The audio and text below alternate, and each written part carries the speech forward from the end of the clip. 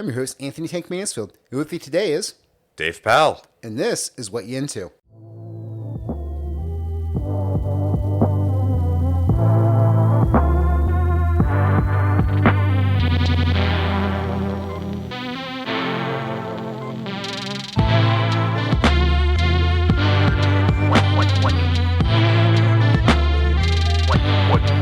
What you into?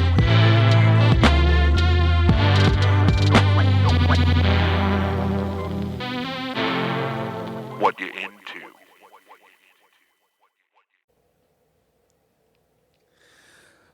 Fuck, dude. I'm excited about this. One of the greatest sequels of all time. Dave Powell's back on the show. Yay! Yeah, dude. Welcome back, man. I'm very excited to join the Deuce Club. Well, congratulations. We still don't have a name for it yet. If you're on 3 times Dale Earnhardt, if you're on 4 times Ric Flair, we still have an opening for the number 2. Could we call this the Roadhouse Club or like the Well, Roadhouse never had a sequel. Yeah, but the bar was the Double Deuce. Oh, it was the Double Deuce. It was the Double Deuce. Yeah, and I mean you got that great soundbite from like Sam Elliott walking up and like the Double Douche. Oh. So, dude, let's talk about this for a minute. Listener already going on side rants and rabbit holes. I was talking to my buddy Justin 3000 once, and we were talking about how cool it would be to have a comic book about a world where there's famous bouncers, because that is the story of Roadhouse. Like, it's this weird world in which like bouncers are treated like almost like college athletes. He's the best athletes. cooler in the world. Yeah. What the fuck? Yeah, like everybody knows him. Yeah. It's like, is there an ESPN that's like, you got to watch this guy from like in Miami? His bouncing right now is next level. Do you think there was like some residual of... That's literally how Mr. T got discovered. Right. He was a bouncer. And then they actually just put him in movies. Right. And stuff. So it was like, maybe, like, I guess it didn't seem so far-fetched in the 80s. Yeah, I guess. I mean, I feel like it's one of those things where, how could you not see Mr. T in the 80s and not realize the star? It's like, it's a 230-pound black guy with a mohawk, and he's wearing like more gold than King Tut. Yeah. Like, and he's like a legit badass that can fuck people up, because before like the 2000s, jiu-jitsu didn't exist. Yeah. So everything was just how good were you at boxing and throwing people. Yep. How big were you? Like, just size mattered. That's all it was. Yeah. Can you punch a man in the face? Awesome. Mr. T, you have a job. Yep. You are believable as Clubber Lang. We think you can beat Rocky. Yeah, yep. 100%. Get that camera on my face. What's your prediction for the fight? Pain. Oh, shit, dude. Yeah, like, it is a weird thing of, like, in Roadhouse, they do reference it throughout the movie, where it's like, oh, is this like that place back in Pontoon where we were working or something? Oh, and shit, like, you're still thinking about Memphis. yeah, shit like that. And like the blind dude that was in the band was like, oh, he was like, remember when we had to do Atlanta or something? And it's just like, wait, so not only is there a circuit of bouncers, but there's also like a circuit of blind guys that play guitars and honky tonks that are just touring the nation as the house band? It almost felt like the Road Warrior, but with like bars and like just the Wild West. It's true. Well, it does have that classic like Wild West story of there's a man who runs this town. Yeah, he's not the mayor, but he is the man who runs the town. And oh, by the way, he also has like an army of bodyguard bad guys that do his bidding and is constantly fucking shit up. And like, the fact that like just the FBI solves this, yeah, like, and at the end they just like all of the business owners just murder him, collectively murder a man. Just that's what it is, and then just like dump the shotguns in a side room, and then they're like, "Did you see anything?" It's like, no. How about you, Tiny? Nope. Comic relief, not letting us down here. We're good. A polar bear fell on me. Yeah. Yeah, dude. Yeah. But goddamn, do I love that movie? It is a great movie. Can I tell an anecdote of one of my favorite things about that movie? Sure, man, go for it. So the writer of that movie, and I feel bad I'm forgetting her name, but the female lead, they got married. And wait, pronouns, pal. Who got married? Her and Swayze? No, her and the head writer of the movie. Oh, okay. And he knew because he's a screenwriter in Hollywood, knows the Murray brothers, Bill Murray and like Joel and all of his brothers and stuff like that. And apparently they watch TV all of the time, and that you can actually like she tells this story on like the DVD extras, which by the way, yes, I've watched. Nice. But apparently, anytime the movie is on TV, the Murray brothers will call him and let him know. He's like, man, Patrick Swayze is really giving it to your wife right now. Like, oh man, like he is a gorgeous man with a gorgeous lady right now. And as she puts it, is like, I never realized how much that movie was shown on TV because they will call any time of night or day whenever it is on to let him know it's happening. It's one of those weird movies that was almost like in syndication because that movie is like constantly on. It was constantly on TV for a while. Like it was always on fucking TBS. You'd find it on TNT. Like it's like that in Shawshank Redemption where it's just you can find it somewhere out there. It will there's always hope for our friend Red and Sam Elliott. Dude, Sam Elliott rules in that movie. He's so fucking good. Like I love the fact that like what I love is Sam Elliott's career, because he is in normal life pretty liberal, very like tree hugging, very skinny. He just grows a mustache, you put him on a horse, and he is perfectly typecast, and he can just milk that for as long as he wants. He's so badass and everything. But like but we all see him as a badass. Right, yeah. And that's the thing is like he really does just kind of play the same character no matter what movie he is. But because that was like what was the fucking movie he did with Mel Gibson where it was them in Vietnam? We Were Soldiers. We Were Soldiers, yeah. Like he's like the sergeant and We Were Soldiers, and it's like, oh, this is totally believable that like the second in command is this fucking guy. Exactly. And he's doing the exact same character he does in every movie, whether it's legit in this film or if it's kind of a joke like in The Big Lebowski, or if it's just being in Roadhouse. Yes. There's a movie he did in the early 70s, and this will actually go into possibly something we'll talk about.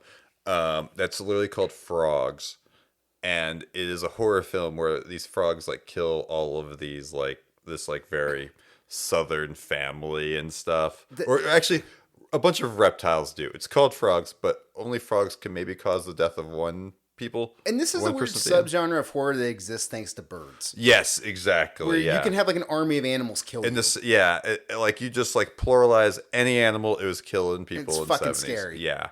And he's in it, and he's young, and it's definitely like, oh my god, he doesn't have the mustache, and they're trying to make him a heartthrob, and you do.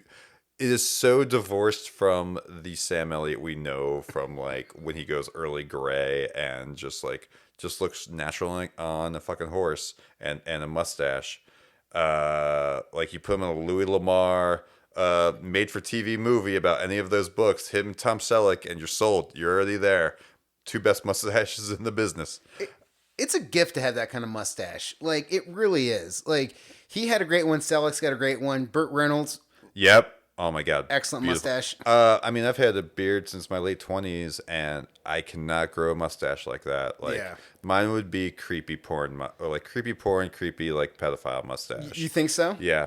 You would have a great mustache. I can't have one because my dad has a mustache. And my wife has told me that the sex will dry up if I am to ever just have the stash. Oh, it looks so great. Yeah. Well, but then it would be kind of scary though because I would look exactly like my dad. Yeah, I could see that. I could definitely see not wanting to do that. Yeah, it's weird when you meet people that you look exactly like. Like if I had the mustache, I'd look exactly like my dad. If I shaved my face, I would look exactly like Grimace.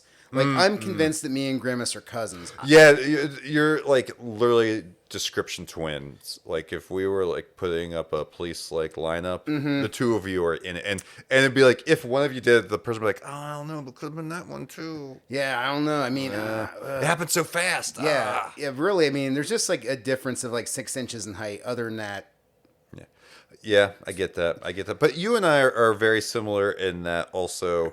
If we didn't have any facial hair because we are bald men because hair left us at an early age, Like What's your chin game looking like? I got a good chin. I got a good chin. got a solid chin? I Nice. got some. I think I got a good jawline. I got a solid chin.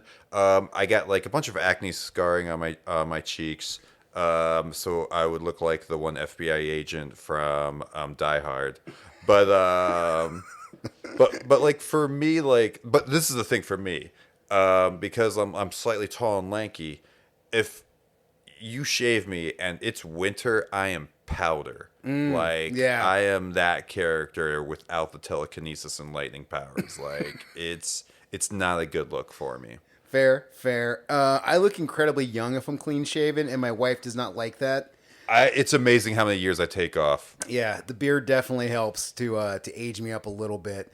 But yeah, if I'm clean shaven, it's not good. Also, I have a chin, but I have a double chin, so I get into that thing of you're not sure what's neck and you're not sure what's head. Yeah, because like it's just all kind of like one big thing of meat Yeah. that then goes on top of my shoulders.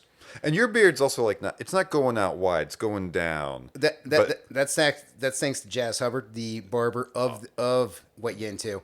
Did she? Oh my God, she did a great job. Yeah, she does an amazing job. Yeah, she does a great job of taking care of me. I need to get trimmed up because right now the mustache is over my lips, and that's the international sign of I need to get trimmed up. Yeah, usually when that's happening with me, I'm called a walrus. My wife, Caitlin, calls me a walrus, and is like, oh, I'm getting walrus kisses. It's like, all right, I hear you. I need, but I'm a DIYer, Yeah. like, because I'm keeping it all short and everything. Yeah. So, yeah. Yeah, well, with this thing, like right now, like I have the residual effect of my beard and my mustache. Like right now, like my mustache is just completely wet, you know. Yep, And so, yep. which is kind of a nice little flavor saver, I gotta say. But like, this isn't fun when I'm eating or there's soup involved. Yeah. I've definitely had that conversation. Is like, no, I'm not gonna say we're not eating the food. I'm just saying like, I have to really be aware of like, do we have napkins? Do we have this? Yeah, and, I'm like, looking at these napkins. And Caitlin is definitely like, she's like, oh, like you always make sure we have napkins and stuff like that. I was like, I know, because I have something that will carry food with me, like Velcro. Yeah. Like I need to make sure it's wiped down. Yeah, no, and this is like the time where you personally like wings, where it's like, unless I want to go through like 20 napkins, I need to just dive in, get messy, get my fill, and then dry it off. Because if not, we're gonna be here forever. Yeah. I do that too. Like I'll have a few wings and I'm like, all right, I'm already hitting the wet naps. And then, but like, it's also like, I've got a pile of just napkins that I've just destroyed because it's everywhere and I need to use them all. Well, listener, this is the first episode of our new podcast, Facial Hair Talk. Yeah. This is the real hobby of this one. Yeah. We're not even going to get to the real subject. We're just going to talk about that. Well, look, man, let's dive into let's get plugs out the way on the front end. So, listener, where you can find me at You Wanna Know on Instagram is where you can see all my shit online, and it'll get you to my link tree and all that kind of stuff. So it's all good. Dave, you can find him on IG as well, Dave F. and Powell. And then we got two things to talk about today with you. Number one, you got a podcast right now, but it's doesn't sound like it's like this. Like, what's going on with your podcast? Yeah, so the podcast I am a part of, I also love, it took us about 15 minutes to get to the plugs. I think this happened the first time I was here. Well, I mean, and I'm, after having the conversation about it, I am going to officially say the Double Deuce will be what it's called when you come on for a second time. Oh, I'm so proud of that. Yeah. At first, it wasn't like, I don't know if we can have it not be a person, but I'm like, no, now I'm convinced. I mean, it could be the Sam Elliott, Yeah. because he's the one that says it really well. The double douche. Double Deuce. I'm just flashing back to that bar owner. I've got some great plans for this place. And it's like, we just want to make it 80s and neon. Well, okay, and again, right when Sam Elliott comes in and the owner goes, I know you. And it's just like, again, what is this world that we live in where there's famous bouncers? That's Dalton. Dalton? Oh, it's bullshit. All right. The podcast I am in. I am part of a podcast that is called Half Monster Will Travel. You can find it wherever you listen to podcasts, and you can find it on Instagram as well. And what it was is, or what it still is if you're familiar with Cincinnati Theater, there is a place called the No Theater, and they were doing a thing called Serials, which is like every 2 weeks that you do a show, and it's like 15 minutes long. There's 5-minute shows, or there's 5 15-minute shows, and then people vote on who comes back and stuff like that. And this was part of that kept coming back. And we were doing a podcast as we were doing it as well. And what the setup is two friends, Paul Wilson and Jordan Trevelyan, are the main characters. Paul was part of OTR Improv. Jordan Trevelyan, if you're familiar with the Cincinnati area, she is one of the owners of Hierophany and Hedge, the magic place in Covington, which if you've not been to that shop, go fucking there. It's one of the best things in this area. Wait, this lady owns a magic shop? Yes. It is in Covington. It's like actually right across the block from Braxton Brewing. Oh, cool. And yeah, it's called Hierophany and Hedge, and yeah, they have magic wands there. They have a bunch of different like mystic arcana and other things there. It's super cool place, and So they're more like wizardry magic and not like Chris Angel magic. exactly, yes, yeah, and I mean they have a bunch of fun things in there as well, like graphic novels and like your owl like plush dolls and stuff like that. But like, seriously, listener, leave your affliction T-shirts at home. It's yes, not that yeah, kind of very magic. much so, very much so. And what's great is like they take on it's owned by, actually I guess I should say it's run by Coil and Auger. They're their names while they're in the shop. It's beautifully made. It's a super cool experience. They wrap every single thing that you buy and like seal it with wax. It is absolutely Cool. beautiful. It's absolutely amazing.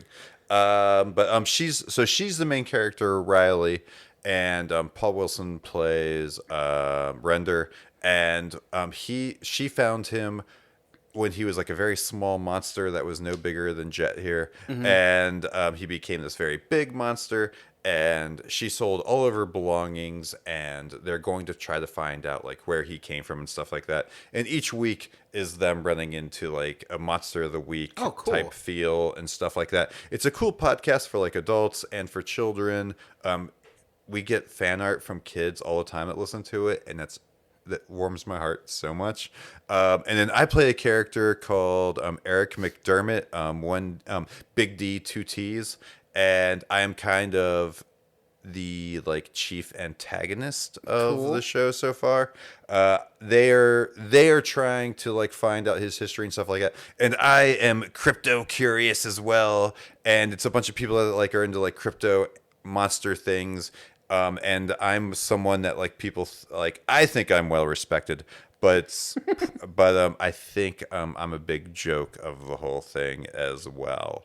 And I've been trying to like prove monsters to the bigger population and general population, and I keep getting thwarted by these two. And maybe I have more selfish reasons, but you know what? The last episode we just recorded, we find out maybe there are some things that explain why I am the way I am and stuff. So Nice. it's super fun. Have Monster Will Travel. Super, super fun show to listen to. Are you all will there be seasons of this? Yes. Okay, yes. Cool. And they keep getting longer and longer, though. I think we're technically still in season 1. I don't think we've started season 2. And we've been recording, like, we did actually record some things during pandemic and stuff like that over Zoom. And I think it's planned for 3 seasons. Don't quote me on that because I'm not the one making it. Trey Tatum and Bridget Leak are the ones making it from Queen City Flash. And I think they have planned 3 seasons for it. And I think we're technically in season. No, I think we finished season 1. Also, Trey, who writes it, is a huge fan of him, and I like geek out a lot about like our love of 80s things. Nice. And like, so like there's even now like a time travel Back to the Future storyline going on. Perfect. That is really fun. So if you're a fan of like Stranger Things, and that hits like a lot of touchstones of your childhood, you'd probably like this podcast. And listener, I want to take this time to throw this out there. If you've never listened to a serial podcast like this, check it out. Because I think this is like a cool thing that is underutilized in podcasting, is the idea of the serial, of bringing back this like old-timey way of doing a show where you're playing as characters. It's a story. You have to use your mind's eye to envision it. So it's kind of like reading a book in a way, where it's like you have to like think about, what does this character look like? What does this environment look like? And all that kind of stuff. And it's really fun. And also getting into the whole thing with Is it Foley artist where it's like you make the sound effects? Like that's also something that's very cool. I used to listen to a podcast back in the day called We're Alive. It was a zombie podcast serial, and they would they lived in an apartment building, and then like one night zombies tried to break in, and they had like the Foley artists like all the gunfire and like people sprinting down the hall and shit, and it's cool to like get to hear this kind of thing that is not normally what you expect from podcasts. You think podcast is more like this, or it's Joe Rogan, bro. We're all just talking here. We're all just talking, man. We're just talking and telling truth. Here's my hot take. Yeah. The storytelling part of it is like it's so funny you mentioned the Foley thing. I did a podcast. It was actually more like a radio show. It's called Peggy Hart Murder Mysteries, and it was like a parody of like Nancy Drew as a Nancy Drew character, but done today. Nice. So she still has a very like 50s mentality, but then it's like she's in a sex dungeon and she doesn't know she's in a sex dungeon. And it was really funny and but I was the narrator of it, which was such a good gig. And right next to me, because we also did this part of serials as well, was the Foley artist was there, and him and I were like getting to make the sounds and stuff like that as they were doing things. And it is so fun to do Foley. It's so fun to make sound effects. Oh my god, yes. And like if you have props and stuff like that, and you're just like, I have a pair of boots I'm hitting the table with just because they're walking through something right now. It's so fun. It is so fun to do. Or the sex noise is just wet macaroni inside a Tupperware that you shake. Man, I wish we actually had to have done it because that would have how we would have solved that. All right, that's great. It's great. I'm putting that in the back of the old noggin in case that fully has to come up. What's the sound of this? Yeah, I got some opinions. Also, what were you doing? Imagine that moment in the kitchen with wet macaroni, and you're just sloshing it around. You're like, you know what this sounds like? Hey, why am I half hard right now? I don't know. My balls are wet right now. I guess that's what it sounds like. Exactly. Yeah, Foley artist. That's how you discover that calling. Oh shit. Also, and I'll do a quick plug right here for a former guest of this show, but my buddy Dylan Cheney, he's got a show called Foretold Fiction that's also kind of in the same genre where his show is set up around like kind of more D&D characters. Nice. And him and his buddy like work on it together and do it. And again, it's a cool idea of a serial of just something outside of what you normally see in podcasting. It's a lot of fun, listeners. So check that out as well. I actually used to do a D&D podcast. It was a storyline. It was called Inexpendables, and the funny thing was it was set up for we would die, but we could we would just be regenerated, and all of our characters were just we were made to make characters that would be bad D&D characters. So mine was I was a ranger that was actually a pacifist. So I made myself just I was a damage monster. I was a death dealer, but I would never fire until it was well, I will only protect people. I will not. But if anyone's played D&D, Ranger's your first strike one. You finding people by surprise. That's how they do all of their damage. So that person waiting and holding back is it would be so frustrating. But there was so much comedy involved with it because it was how ridiculous could we make these characters? And yeah, it was such a fun podcast. Oh yeah, dude. Yeah. Well, okay, speaking of ridiculous and comical characters, let's talk about this. So you're getting ready to kick off the new season for Horror Movie Survival Camp. Yes. It's back at the Overlook Lodge. And by the way, I really love what you and Caitlin did with the preview reel for it. Thank you. Yeah, there's even more to come out. We shot a bunch that day and haven't even released it all. Yeah, listener, definitely go on the Overlook Lodge's Instagram page and look that up, or their TikTok. It's so great. So yeah, man, can you kind of explain what this is and what season you're in at this point? Awesome. Yes. So Horror Movie Survival Camp, what it is it's an ode to the classic hosting a horror movie and watching a horror movie as a group of people. So the Overlook Lodge, Jacob Trevino, a mutual friend of Tank and I, he approached me one time and he was like, "Hey, I just have a title and a general idea." And he was like, "Horror movie survival camp, where you just watch horror films in the bar." And I was like, "I can run with that." And so we designed the show, and what it was you come to the Overlook Lodge and you watch a movie, a horror movie, and then the hosts are, when it first started off, was me and a rotating host, and I am Chad Baker. I am the survivalist teacher, and I teach you how to survive a horror movie. And as the night is going on, we take breaks every half hour, and it's kind of a reverse raffle. Anyone that's there has like filled out a camp registration, and every half hour we are killing off campers until we have our like final four, our finalists at the very end of the movie, and we create like how we kill them off and stuff like that, because their registration has like their favorite activities and a bunch of other things, and like we kind of like group things together. And prizes are awarded out through the evening. Like if people had like something very funny about like their activity or stuff like that, like we will give them a reward for that. And then at the end of the night, like whoever, like the last person standing, last person in the jar, their registration, they'll win a grand prize. It was more of a joke. Like the first year, it was like mystery box or this very generic thing, and everyone always took the mystery box, which was always kind of like something very silly and fun. Do you ever like UHF them when they take the box? No. Nothing. Nothing. Absolutely nothing. No. There's definitely something in there. Well, like the regular prize was, I think, like $25 worth of gift certificates, and this is the first season. This is not the thing anymore. So I should clarify that.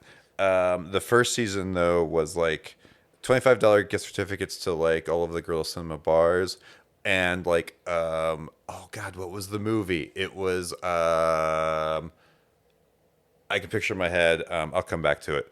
But the funny thing was like everyone like was like mystery, like everyone took the mystery box, and it was something usually pretty silly or something a little bit more valuable. Like I think that like we had like FC Cincinnati tickets like the first nice. year and stuff like that.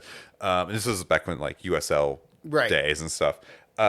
One time it was like an Xbox or something like that. Shit. And that was literally the week that the person was like, "I'm gonna take the regular, like I'm gonna take the prize." And oh my god, if you look back, like if you could hear a recording of that night, you will hear me like 5 times go like, "Are you sure?"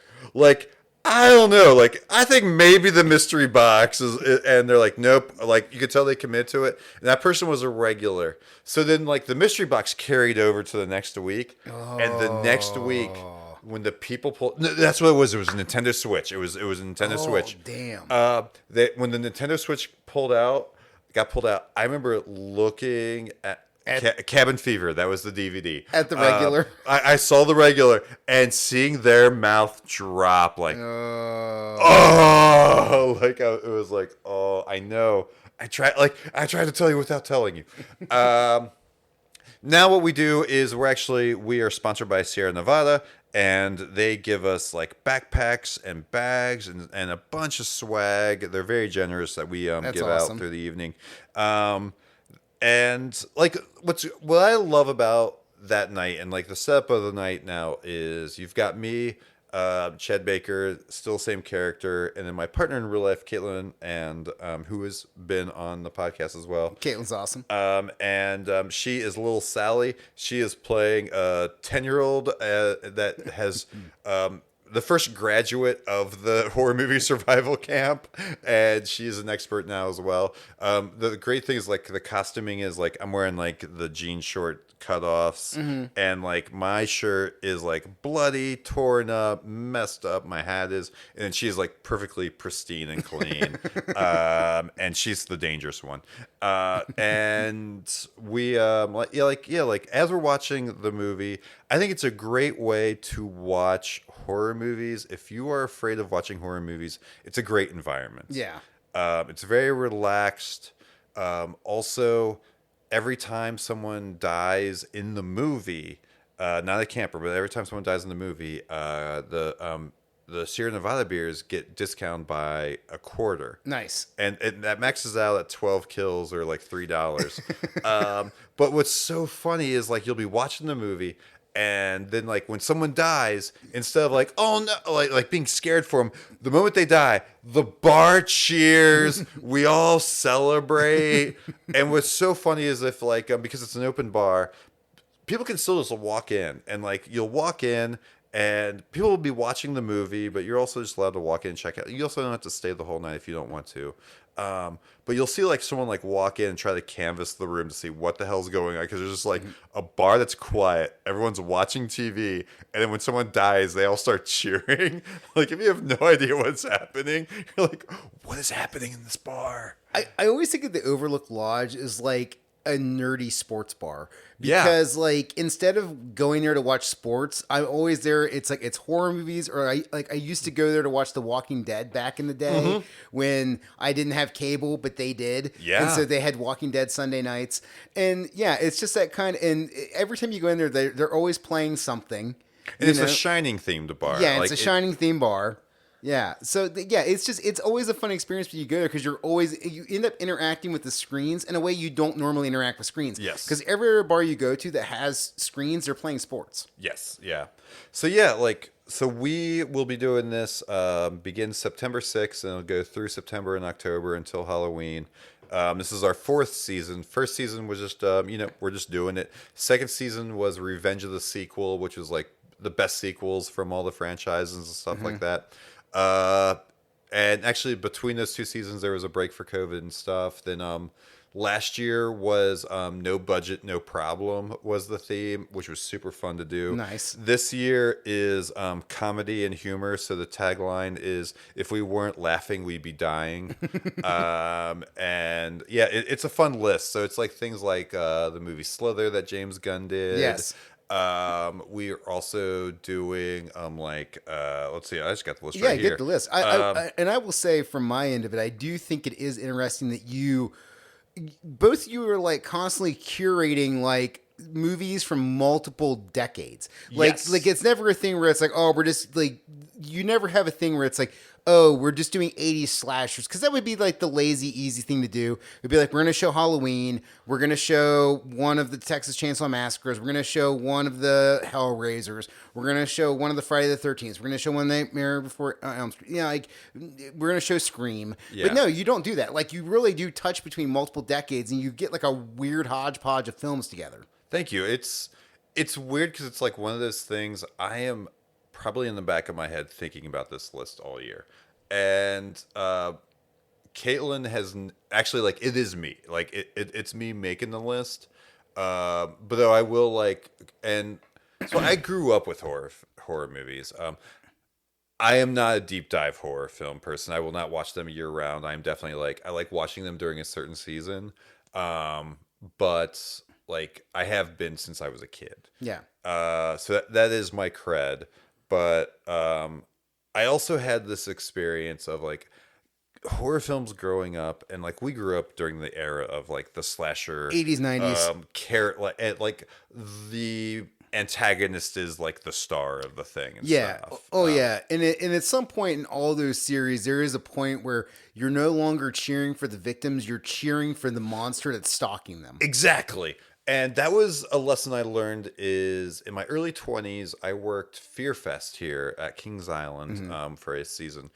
And I was surrounded by like, there was a group there that like, they were like the kids from summer school that loved horror films and stuff.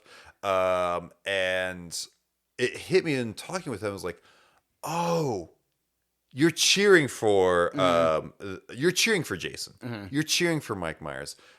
You want them to walk into that room.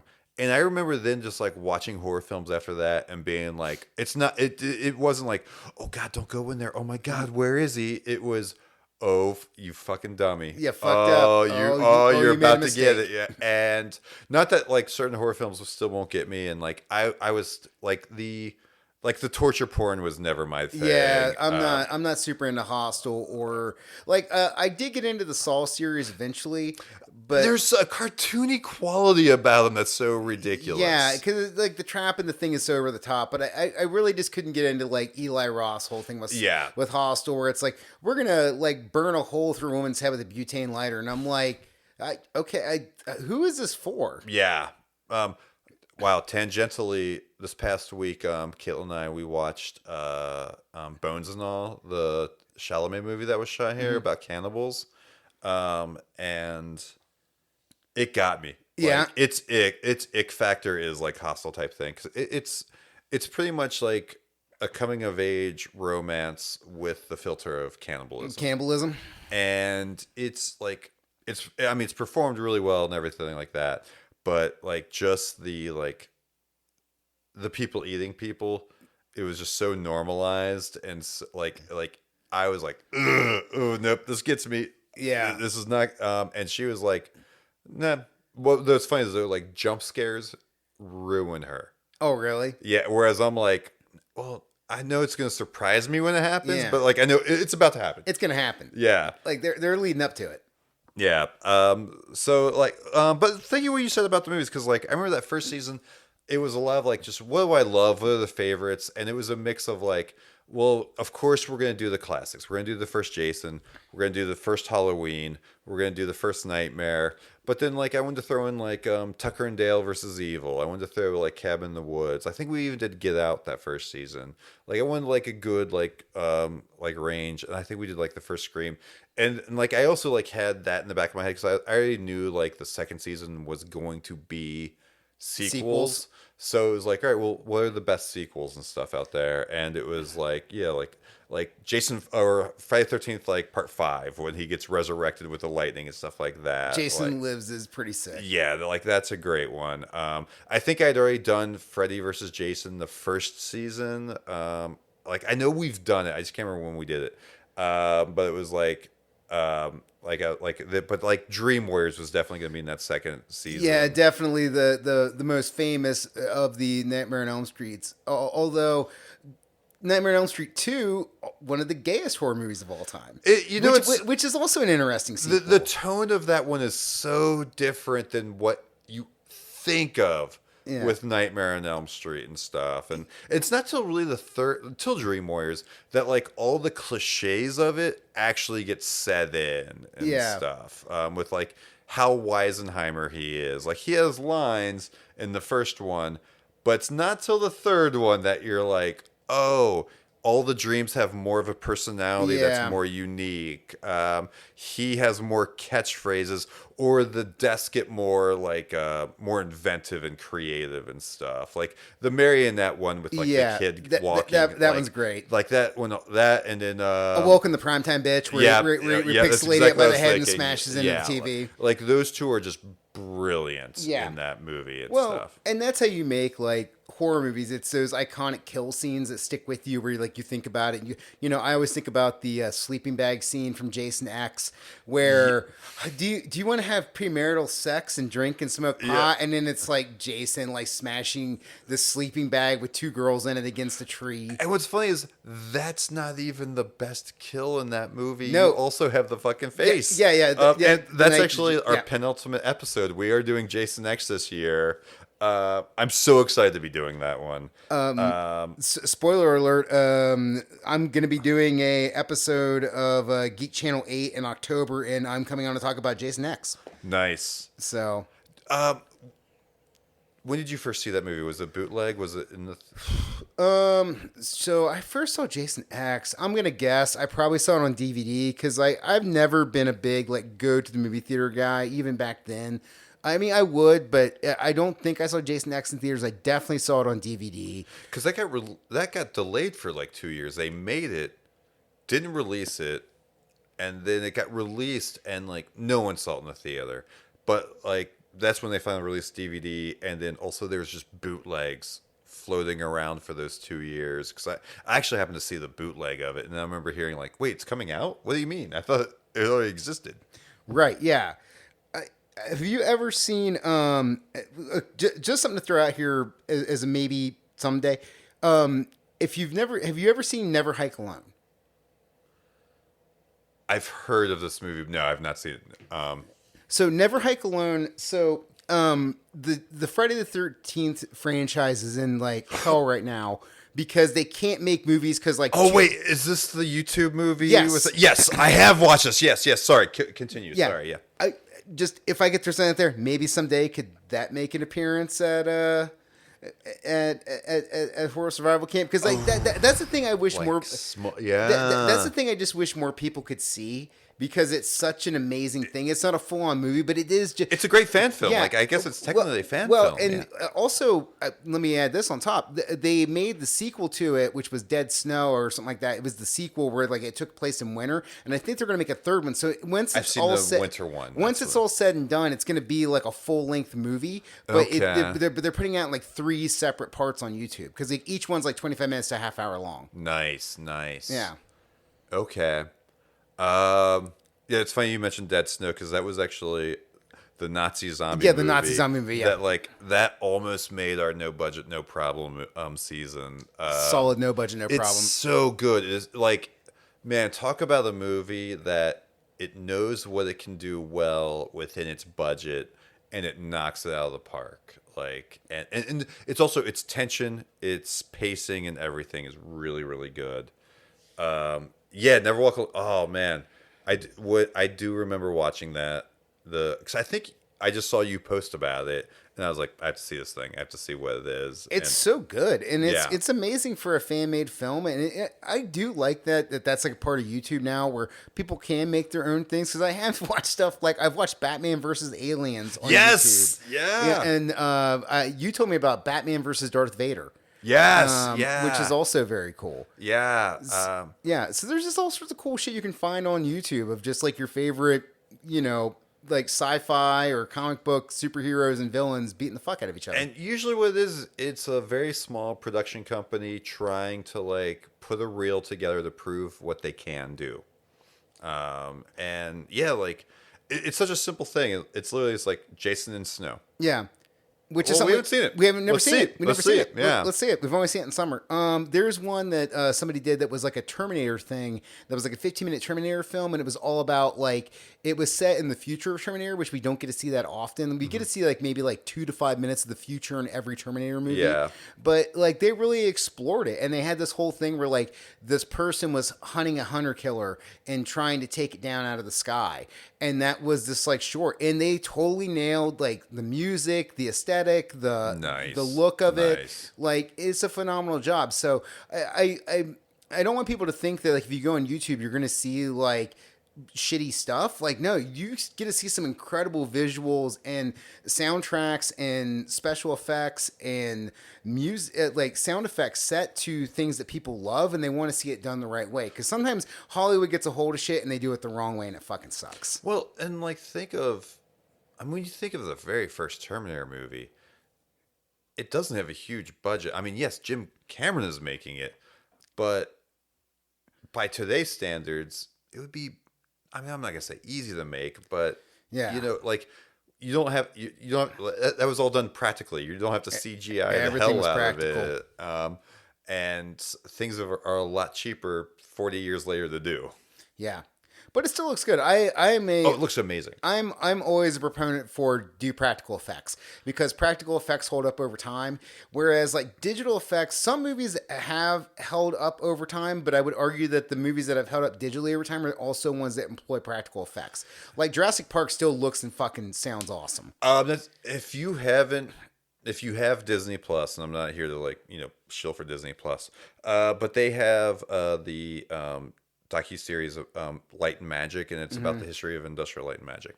And there's the last episode starts with about Jurassic Park, and the fact that they were going to do all of the dinosaur effects with like stop motion animation, and the guys doing the digital effects are like, you know what? Let us try.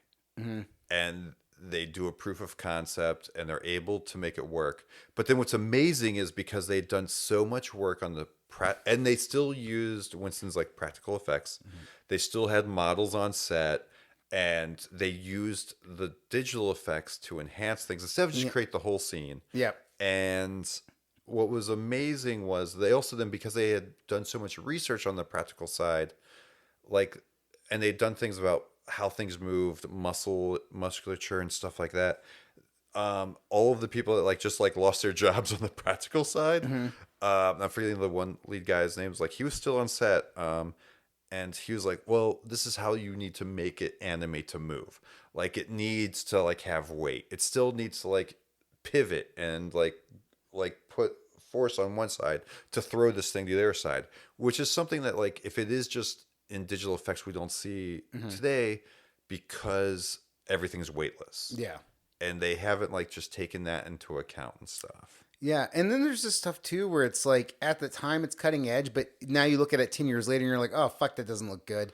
You know, Yeah. like there's just some shit where it's like, you know, right now I got a PlayStation 5, and if I go and I play a game that was on a PlayStation 2, it looks vastly different. And that's the same way now when I view movies from the early 2000s. I'm like, oh fuck, that was 20 years ago, and you can tell it like in the graphics that you're seeing in this movie. I saw one thing, and it's not so much Uncanny Valley. It's just the things in our brains that trigger us to let us know it's not real. Was like a guy just compared a shot from, and it's the stampede shot from Jurassic Park when like the kids are running, and with Sam and Neil, and they're running, and they've got all the dinosaurs running around them, and they're just like looking around stuff.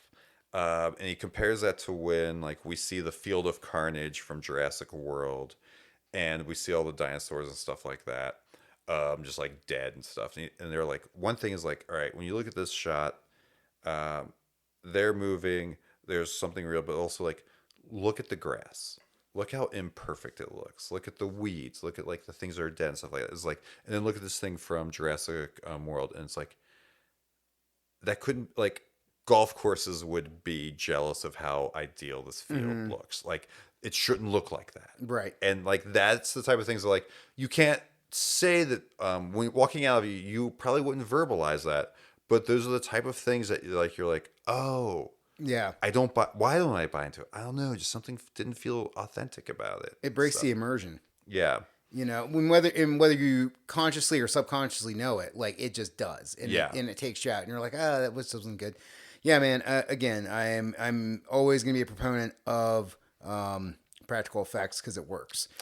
They can enhance. The digital effects can enhance, and you can probably also do something that you probably couldn't do on a budget. Yeah, but it shouldn't be the whole. Like, you shouldn't just be in a green room with and there's nothing else around you. Yeah, and I'll fuck with it. Like, if you make a Star Wars movie where you pan over and there's like a field of like 70 TIE fighters and like 5 Star Destroyers, digitalize that. Or if you're like maybe like a space dogfight, cool, I get it, do that. But if you do have the option to do a practical effect for like guys in suits, or or you make a big animatronic puppet, like all that kind of stuff, it just makes it better. I mean, that's the reason why the Chucky movies work, because because it's a puppet. It's not a digital thing. It's like this thing has weight and exists in the world, and it talks and all like. There's a reason we love Grogu. Yeah. It's a real thing. It's a real thing. It's a real thing on set. It blinks. Yes. And they're operating it like it's all of. If it was nothing but like, Jar Jar isn't that cute. No. Like, yeah. Yeah. All right, listener. Let's transition right now. Let's get into the main part of the episode. Still the same nerd stuff. 48 minutes in. But yeah, really not a big departure. So okay. So interesting. So. I booked you for the show to talk about statues, which you have, but you're like primarily toys, action figures. We haven't done a toy episode since I want to say like the first 10 episodes of the show. So I think this is going to get into an interesting area of all things plastic and the want and need to collect things that don't move but just sit on shelves. Yeah, that is. So. Okay, so let me ask you this. Do you know where your collection stands today? Do you know the set number of how many things you have living in your world of collectibles? Literally, I knew you were going to ask me this. So this morning I checked. You counted it? I was like, oh, you're coming with this question. So Kim and we have a house. She has an office. I have an office. My office is where I'm putting all my nerd stuff. That's what wives do. They tell you, you're like, you get a room. It really helps if there's a room. Well, even before I even had this, like, it helps that I have a room that I can close the door on, and she never has to look in, and I can just do whatever I want in that room. And this is called having a governor. Yep, I have a governor as well. I knew we'd get into that. And checks on the hobby and makes sure that it's contained. You know what's amazing is The collection's contained. reading the Obama books. Both Michelle and Barack mentioned this. He's like, I'm messy. I need my space to create, and I can close that door, and Michelle never has to worry about it. And in her book, she's the same thing. I can clean the rest of the house. I never have to clean that room, and we're both happy. I think that it's like that same exact thing. I'm glad that Obama has a place to secretly smoke cigarettes and not get in trouble. That is exactly what he's doing in that room. I always thought that was like a fun part of Obama was the fact that like he was like one of the last dudes that was still smoking. And the fact that he's like, I know, like I know, Yeah, I know, I shouldn't. It's be bad, doing right? it. But hey, I'm kind of leader of the free world. Yeah. So, sometimes people slide you a dossier and you read it and you're like, oh, fuck, that could be nuclear war. And then you walk out on the patio and have a Marlboro. Yeah, like you gotta have a cigarette after reading that shit. Yeah. But to answer your question, today I stopped counting at 150. Fuck, okay. And that is not even counting things I still have in boxes or I haven't like figured out how I want to display. That's the stuff that I've opened that I've put on shelves. Yeah. So, do you remember like what brought you into the realm of collecting of like toys, action figure, statues? Like, do you remember like what the intro was? Yeah, I've been thinking about this question a lot, and not that like I knew Tank was going to ask me this. Not that he gave me the questions beforehand. I definitely know. I think where it came from being a kid, and then I also think I know when I started doing it as an adult. When I came back to it, so I mean, we grew up late 70s, 80s, 90s. That was the heyday of cartoons selling you toys as kids. God bless capitalism. Like, what a crazy time to be where, like, basically you would have entire TV cartoons for kids that were centered around the idea of, like, yes, it's entertaining, but it's basically one big infomercial that's going to get you to go out and buy the toy version of this. You're going to buy He-Man. You're going to buy G.I. Joe. You're going to go... And Star Wars also as well. And Transformers, like all of that. Yeah. Voltron, G.I. Joe, Dino Riders, GoBots. Like, there was like a whole subculture. Visionaries, Mask, like that list can go on. Yeah, I was Visionaries the one where it was like the weird hologram inside of them. Yeah, I remember that. I remember I got most of that collection because it was failed. Like the cartoon only showed at like 6:30 in the morning. Yeah, and like I remember like going to KB one time and like all of them were like $1, and I think I had like 2, and then my mom was like, "I'm about to buy the whole thing for you for $15. Yeah, you can have all of them." Just scoop them up. Yep, that and all the vehicles, fine, whatever. What was it? One show was like Silverhawks or something. Silverhawks and Thundercats. Silverhawks, literally, they're space policemen that like they're partly metal, partly real. Like they all kind of got enhanced and changed and stuff. Yeah, those were super cool, and they came out right after Thundercats, and they were kind of like the same setup as well. And then Thundercats was kind of like that, like slightly like that was inspired by He-Man and Voltron and stuff like that. Yeah, but yeah, we grew up in that era. Yeah, and it was a great era, like to grow up in, which there was just so much shit you could get, and then. I always think back to that time of like also the movies that went along with it. So like both the G.I. Joe movie and Transformers movie are some of the fucking heaviest movies ever where like I was like, oh, I'm no longer a boy, I'm now a man. Like being 8 years old and watching Optimus Prime die in a theater. Like, I remember my dad took me to see that because I like loved the cartoon, and I remember like crying in front of my dad during the thing, and I'm like, oh fuck, like what is happening right now? I love the story of like obviously the Transformers movie was made so they could like retire all the old toys, right, and bring introduce you new to shit all out. the new ones. Yep. And they didn't think about how they were traumatizing a generation by killing the animated father figure for a bunch of them with Optimus Prime. And then like G.I. Joe is released like for TV like later that year.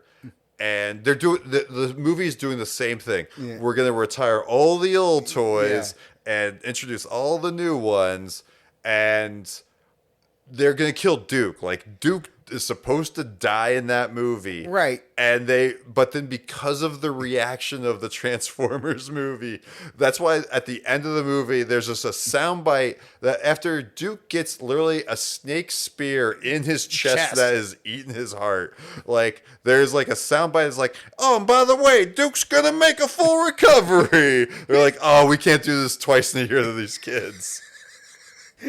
Yeah, that's also the movie that has like the weirdness of like the antagonist Cobra Commander gets turned into like, To a snake with a blind roadblock. Look at the which we're very concerned about. Roadblock, like who only speaks in raps. Like that's He just rhymes everything. He rhymes everything. How are we gonna make it through this night if I have no sight? Yeah, and like it's so and it is really weird being like an 8-year-old kid and watch this movie and being like, I mean, I don't like this guy. He is the bad guy, but this seems like a fucking fate worse than death. What is death? Yeah. You know, like Yeah, and the fact they've mutated Cobra, like you never saw Cobra Commander, but like you didn't know if he was human or not, and then you find out he came from this other secret society. Yeah. And I also like I really have like some questions like, why'd you put the biggest coward in charge of your world domination plan? Is a question we and ask ourselves. Yeah. So yeah, why is Destro hanging out with this guy? Couldn't he Yeah. just do his own thing? Him and the Baroness seem to have shit together. if it's them running it, I think they take over the world. Yeah. I think that That's true. I don't know if the Joes can stop a Destro-headed company. Yeah. But you know, so as a kid, God, we love these toys. Yeah. And then also as we're growing up, you find out like this one prototype Boba Fett sells for $10,000, which now I think it just sold for $300,000. These things start becoming valuable and Right. stuff. It's if you played with it or opened it, it wasn't valuable. But like, though now it's weird. It's like you can still get a premium dollar for some of that stuff. But then I remember, so you know, you get older, you stop collecting, or it's like I don't buy toys anymore. I'm an adult at 17. And then roughly in the late 90s and in early aughts, McFarlane starts making toys. That's what got for me back Spawn. into it as well. Yeah, exactly. And they looked amazing. Next level shit. Fucking beautiful. Yeah. And one of the things I actually have that I think is considered a statue is because it literally is, it's Spawn literally just like sitting in like his throne. That's like the skeleton of the Violator and like holding a skull. And I was like, that's so that character. Yeah. Like that's that character. And it is a statue because it does nothing else except sit in that thing and stuff. But then the McFarlane Company also did things like they did the Mackenzie brothers. Yeah. And they did a bunch of like an SNL line and stuff. And I remember getting that stuff. But like that was the things that like I was like, these look amazing, and it's like $12. Yeah, and I'm I gonna think, buy that. and I had a very similar road with you, where it's just like everything you're saying, I'm also co-signing. Where it was like, I remember early '90s or so, mid '90s. I remember like junior high, and me and my buddy Andy Christie like took all my GI Joes in my basement. We was streaming against the wall and broke them, and it was like we're men now. You know, Yeah, it's like we don't play fucking toys anymore. Yeah. We're not into this shit. You know, and we got rid of it. And but then I remember going into college, and again McFarlane.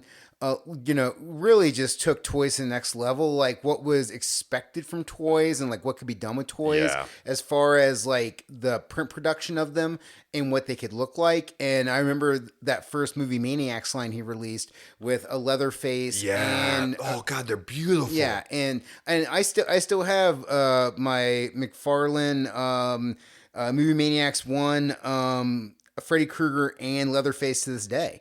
You know, and it's just, it's still in my collection. And that's what kickstarted my collection of starting to buy toys and statues and vinyls and all this other shit. Yeah. Because I mean, what they could do with the molds and everything, they look amazing. And we'll come back to how I feel about McFarlane toys now. But back then they were fantastic. And then also around that time, uh, you had the Power of the Force, like Star Wars stuff, which is really funny because they made these toys because there's a failed superhero line, and they just like were like, we're gonna make these Star Wars things, and they just use the molds. So there's this like line of Star Wars stuff where like Luke and Han and all the human characters are buff and big Just for no reason. for no reason. And then they also like started releasing lines because then like the grandpappy of them all, Phantom Menace gets released, and the amount of shit that came out for that movie is ridiculous, and the amount of toys that came out for that movie. And I remember like I went to a Toys R Us at midnight when they were releasing that stuff and bought like 5 or 6 things. Wow. And I could not have felt nerdier. Yeah. I could not. It was my senior year of art school. I remember going with like 5 of us going, and just like it was weird, like walking and be like, all right, I'm not running at the bins and just like scooping things. Like I want to look at these things and stuff like that. But yeah, that was probably one of the nerdiest things I've ever done. But I think there was also that little bit of thing too of like growing up in the 80s, like, I'm a nerd, but there's like certain lines I can't cross. Otherwise I'll never Yeah. I'll never recover, but who fucking cares now? Well, and I think that is a thing where we've had a switch in society, and I don't know exactly what year it happened, but there was a point where being a nerd became cool. And I think what that was, if I could like try to track it down, was at some point with the internet existing and people being able to communicate with other people that were into the same nerdy shit they were. Computers weren't nerdy anymore. Yeah, and it was also not always that it was nerdy, but like you could find other people in other cities via message boards, via online communities, where then you could be like, oh, I'm not alone. And then more people were like, oh, I'm into this. And then, video games kept advancing, which was the thing that before there wasn't a lot of people that were older that were into it, but like again, we grew up with it, so it's not uncommon to like find a 40-year-old man into video games. Like when I was a kid, my dad was like, I don't fucking get this, and there wasn't a lot of like 40-year-old men that got video games in the 80s and 90s, but now it's like, oh yeah, it's part of pop culture. I think there's also that, like what you just said is like the nerds grew up with it. Like we're actually the ones making it now. Like our generation is and stuff like that, or they're the ones in charge. They're the ones creating the things that everyone wants to watch. So yeah, all of a sudden it wasn't such a social pariah thing and stuff like that. Yeah, Comic-Cons have definitely changed in like what comic book stores are now, like because the movies became a huge thing. Which made total sense because like I mean, it's the thing with the movies that makes sense is it's like in the 1960s you couldn't make Marvel comic movies. Like you can't take like you can't make an issue of X-Men or an issue of Spider-Man in the 1960s where it's like there's this guy, he's swinging through downtown Manhattan, he's bouncing off of buildings, he's chasing somebody down. It's just the practical effects just weren't there to do something like that. But you could tell it in a comic book storyboard form. Fast forward now where we have the ability to make whatever the fuck we want, wherever the fuck we want, and you can actually play those things out. So it's like the fiction of the time was with the technology of the time, but now the technology of the time has changed to the way we can tell stories. Exactly. Yeah. So yeah, like obviously growing up with the stuff, and then yeah, like as an adult, like I remember like the McFarlane toys. I remember there's like a Spider-Man line, and there was like, and then the Marvel Legends stuff. So you had like Toy Biz making stuff. When Toy Biz was making the Marvel Legends line.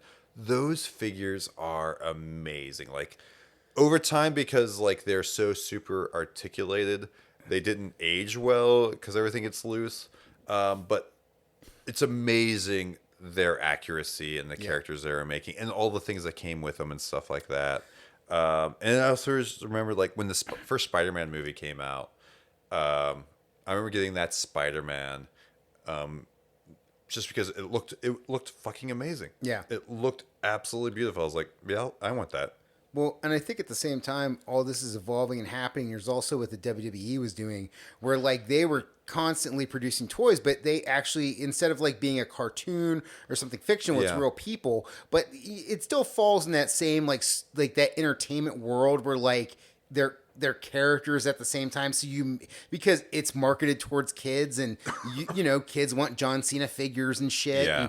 and you could keep producing multiple versions of that to make new stuff, and getting into like the whole scanning thing where like now if you go in to get like a toy made of you, you just go stand in the booth and they like run lasers over you, goes into a computer, and boom, it's a perfect mold. Hasbro has a thing on their website right now where like you literally with your phone, it does a shitty scan of your face, and then you put your head on like any of like a certain selection of their action figures and stuff like that. Yeah, but that technology of being able to recreate things so accurately is crazy. Yeah, it's nuts. Yeah, and it is crazy to see what like toys, statues, everything has become today. Where like if you do get something like a Batista toy or like a CM Punk toy, you get all their tattoos, and it's like a perfect, Yeah. it's like, and it's perfectly done, and it's super intricate and small. It's like we're literally talking centimeters and millimeters of how big these images are, but Yeah. they can make that happen on a 3D figure. Yeah, and the fact that the figures are like, and we grew up with like the 3 3/4, which if you, not sure if you saw the toys that made us. The yes. only reason it's that big is literally like the head of the company, Kenner, that at the time was like, I don't know, this big, and they just measured his hand. It's like, all right, this is the size. That's the size. This is also such a weird place to live, like Cincinnati. Yeah. Because Because so of many Kenner. people lived at Kenner, and like there's so many like prototypes and stuff that people have at their houses, molds and stuff, or just like because Star Wars at the time, the first movie, they were like, I don't know, let's make these things. But like also here are all of the design blueprints of everything from the movie Yeah. that just float around in this community and stuff. You never know who has what. I will throw two plugs out real quick. Toy headquarters here in Cincinnati, up in Fairfield, like Toy department? Toy department. Sorry, Toy yeah, toy department. I hope we mentioned them. Yeah, I love them. because when I used to work up there, I used to keep going to them all the time and would like buy stuff for my collection there, and they just keep getting bigger and bigger, and they just keep getting in like cooler shit, and they also get the exclusive stuff. Like they have a lot of Kenner stuff up there, Yeah. like original prototypes. And then also Toy Vomit down in Lexington, which is awesome. Shout out to Nathan down there, aka Frankie Bronco, the Neon Tiger. What he has created down there with like the assortment of wrestling figures that exist in that store, and just all the crazy shit that lives in there, it's amazing. So Cincinnati is a cool place to live if you collect toys, statues, any kind of fandom type stuff. Yeah. We got two really solid stores right here in the area. The toy department, thank God it's a 40-minute drive for me for where I live. Yeah.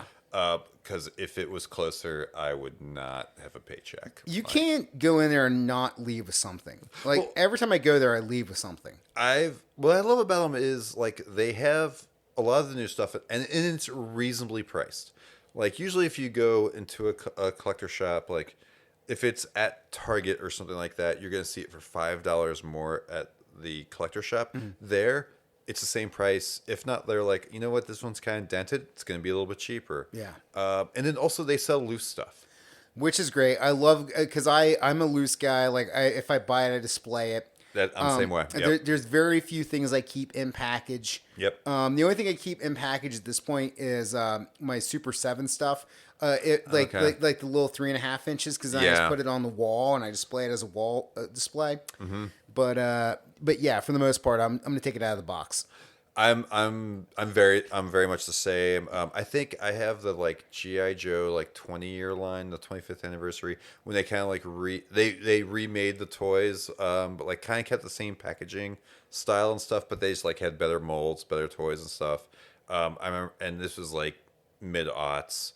I remember buying a bunch of that stuff, but like I never opened any of it. Like I think I opened the Snake Eyes, but like all of it, like I'm like I haven't put them up yet, but those will go on my wall and hang up there. So Okay, so one of the things I was originally interested in talking with you about was like the idea of statues. So you're Yes. one of the few people I know that have like statues in your collection.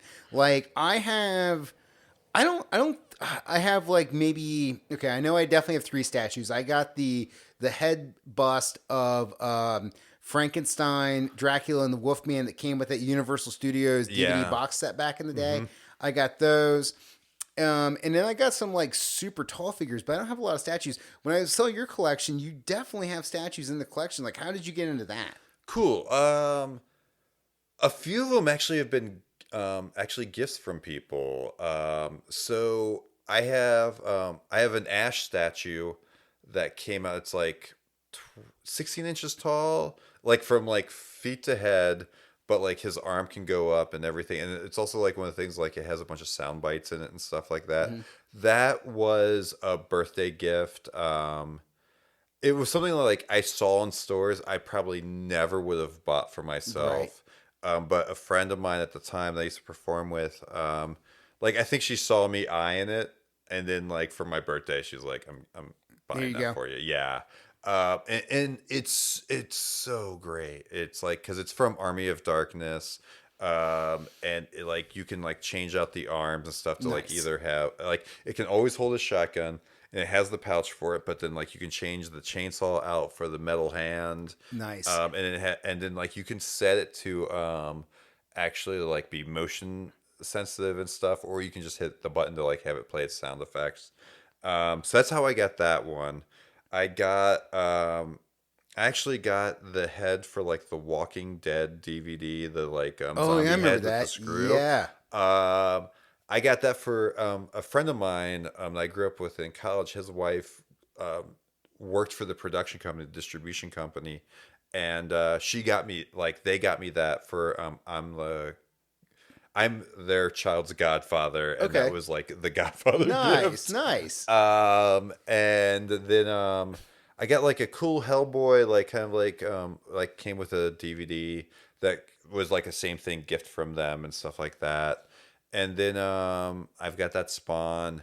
Trying to think, like I feel like I'm just forgetting things that are like in my collection right now and stuff like that. I also got like just like bunch of like Funkos, bunch of bobbleheads, and like a bunch of other things that like I've just like found in stores and stuff like that. And then I also like kept a bunch of toys. Like I remember I still got like the Batman, the Batmobile from the animated series. Nice. That's probably my favorite Batmobile. Um, then I got like yeah, I mentioned like the Stuart McKenzie, the McKenzie brothers. I've got I'm trying to think like what are the bigger things I have. They're just kind of like sitting around. Um, oh, I just had one in my head. I do have this goes back to action figures like all of the Fellowship from Oh, Lord of the nice. Rings.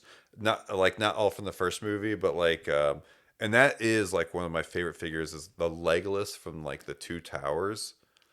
It has all of his like swords that are just like beautifully sculpted, and it has all of the arrows, the bow and arrow and stuff like, and then like all of the armor and everything like that and the Gimli from that line, amazing. Hell yeah, dude. Yeah.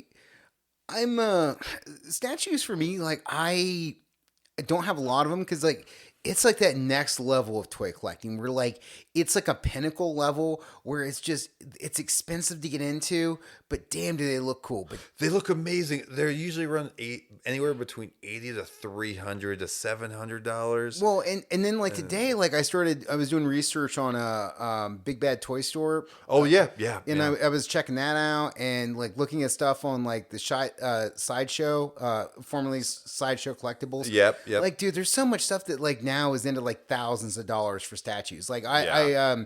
so there was this thing I found where it was somebody made a statue line of Leatherface where it was him from the first movie. You get him in a diorama where it's him like coming out of it's the scene in the movie where the girl knocks on the door, like, and he like rips it open, and there's like Grabs that, her. yeah, there's like that weird red background with like all the taxidermy shit on it, Yeah. and he like runs out and grabs her and pulls her back in and then slams the door shut. And then there's also one of the pretty lady mask, which is what he wears at the end of the movie when he's chasing down the final girl. But like together, they're $3,000 to buy that set. Yeah. And I'm just like, dude, like, who is buying this? Like, who is dropping $3,000 on two statues? And the fact that, like, and that was the thing as well, like, I did have that, like, very conscious decision of, do I buy statues or do I buy the action figures? Mm-hmm. And depending on the price point and the timing and stuff like that, like, if a statue or a single bust would be between $120 to $300, like, that's one character. Mm-hmm. I mean, it would look amazing. I could also then, I could buy, like, the full X-Men, like, Yeah. lineup of action figures for that same price. I come and go every once in a while. Yeah. About how I feel about the decision.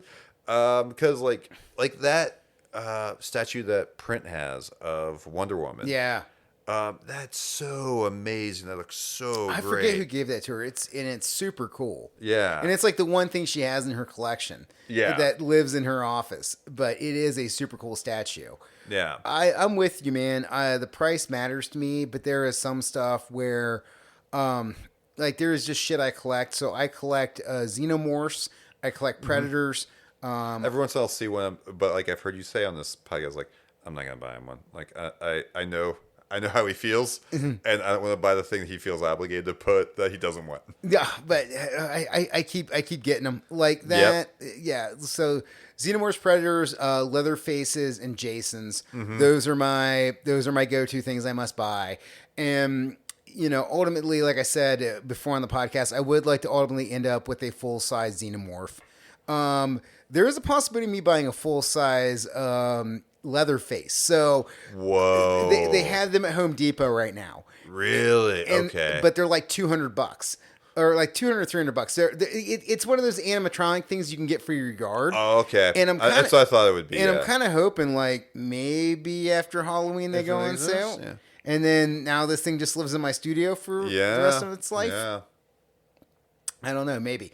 But yeah, man, like What's funny is just like really quickly, like I would never buy the Xenomorph, but like NECA did the Colonial Marines, which I wish I would have bought them at the time because like now each Marine is like $80 to $100. Yeah. And like there's some, but like they had like practically all of everybody. them. I would have loved to have had the Colonial Marine Corps. They even made a James Cameron Colonial yes, Marine, yes, which is fucking hilarious. Yeah, and even McFarlane did an early, like I remember like McFarlane had like a practical statue of like Hicks and stuff like that. But yeah, they'll have like that final Sigourney Weaver, to have fucking Vasquez, Drake, Hicks, Hudson, Frost. Yeah. Oh my god, it'd been amazing. Yeah, I would. That is something I would enjoy having. I'm also bummed I never got the Mad Max line. Yeah, because they did do some figures for Road Warrior, but it was like kind of a one and done. Yeah, and I think. Wait, I think I might have Wes from that series. Okay, but like I missed out. Like I don't have Max. I don't have the Lady Warrior. You know, like just missing some stuff. Yeah, and I am. This actually is a thing for me. Is I typically just do heroes. I'm not saying I don't have any villains or stuff like that, but like I usually go for the heroes. Okay. Do you have anything you particularly collect? Like, is there something that is like a must buy for you? I am definitely Star Wars. I am definitely Marvel. I'm definitely DC, and that I'm also Lego as well. But I'm definitely like those are the big three and stuff like that. Then like every once in a while, like a random like the Teenage Mutant Ninja Turtles right now, the Last Ronin one. Like I'm like, oh, I want that one just because that was such a great story and stuff like that. So if there is a great story, or like something that like I come and go about getting the Stranger Things stuff, I'm like, I kind of want them, but also like I'm waiting for you to like finish up and see what's all out there to like buy stuff. But usually like I'm not in like the horror movie thing and stuff like that. I was in the SNL line and stuff. But usually a lot of it's like the comic book stuff and the Star Wars stuff. Wait, there was an SNL line? So this was great. This was they made classic SNL characters. So they had the McKenzie brothers. Nice. They also had Hanson. I know that's not SNL, but the Hanson Hockey brothers. Yep, I remember that. But then they had the SNL line was they had Belushi Samurai. Nice. They had Chris Rock's Nat X. Nice. They had Molly Shannon's Schoolgirl. I'm forgetting. Oh, yeah. Why am I forgetting her name right now? And then they had Goat Boy, Oh, and I think that was the full line. So, and then they were going to do a second wave. That line didn't do well enough to make a second line. I wanted Chris Farley down by the river. I think that was part of the second line. I've actually seen the prototypes, or like they finally like years later, like one because I follow a bunch of like the toy designers, like he was one. The cheerleader Sherry O'Terry and Will Ferrell. Cheerleaders were, I think they were there. I definitely know Amy Poehler and Tina Fey as a Weekend Update were going to be there.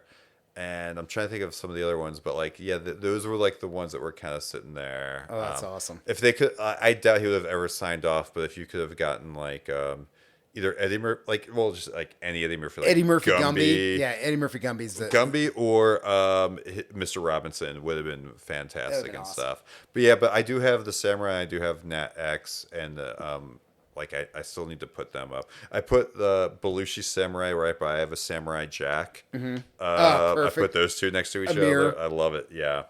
All right, so let me ask you this: like, is there a particular company that you collect from? Like, are you a Kinderman? Are you a Hasbro guy? Are you NECA? Like, or are you into Prime One? Like, I mean, because or Sideshow. Like, there's a whole bunch of different companies that are servicing this market right now. Yeah. Well, I definitely don't go like the high line, the big price point that like the $100 figures and stuff like that. So technically, I guess I'm doing a lot of like what I guess would all be now Hasbro. Oh my gosh, tangentially, did you hear about how like Hasbro and Kenner and so Hasbro bought Kenner? Oh, really? Yes. Okay. When we were growing up and stuff like that, Hasbro bought Kenner, and then Kenner just had this thing where like and this my knowledge is coming from like the toys that made us. Like Lily had this thing where for like Lucasfilm, they just need to like keep like re-upping on this like very small contract and stuff because like Kenner and because Lucasfilm they just needed money when they were making Star Wars. It's ridiculous how cheap they got the license to do Star Wars and like how big it became and stuff. But then late 80s, early 90s when they're like there's no more movies being made and like the product like the license doesn't look like it's very valuable anymore.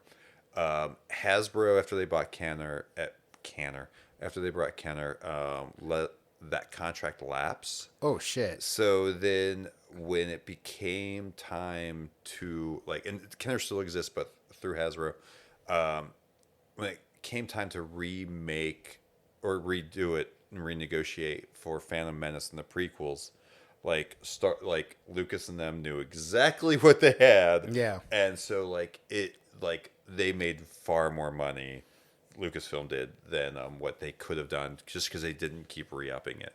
But like there's nothing under the Kenner name anymore, but like Hasbro does everything that like Disney does and stuff. Mm-hmm. Which is weird is like if you ever walk down a toy aisle now and like you see like the divide between like Warner Brothers and Disney and how little else there's anything else, like you start to feel a little guilty about like these bigger companies owning everything.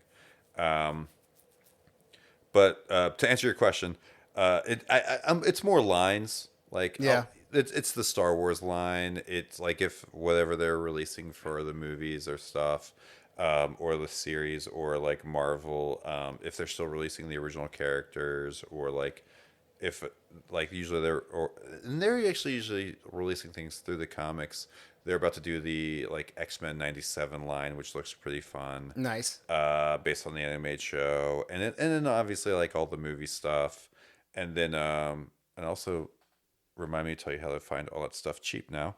And then And then like Warner Brothers, like usually like all the DC stuff for like either their movies or like the comic stuff. But they're run by, they don't do DC Direct anymore. They do McFarlane Toys owns that contract, and not a huge fan of what McFarlane's doing with it because all he's doing is a bunch of Batman stuff. And also, this is the nerdiest dumb thing to be really pissed about. He made the scale 7-inch instead of 6-inch. Yeah. And so like all the toys look weird if you had like if you've been collecting for years, and like DC Direct and them made toys that were all 6-inch, and they looked beautiful. They looked great with different levels.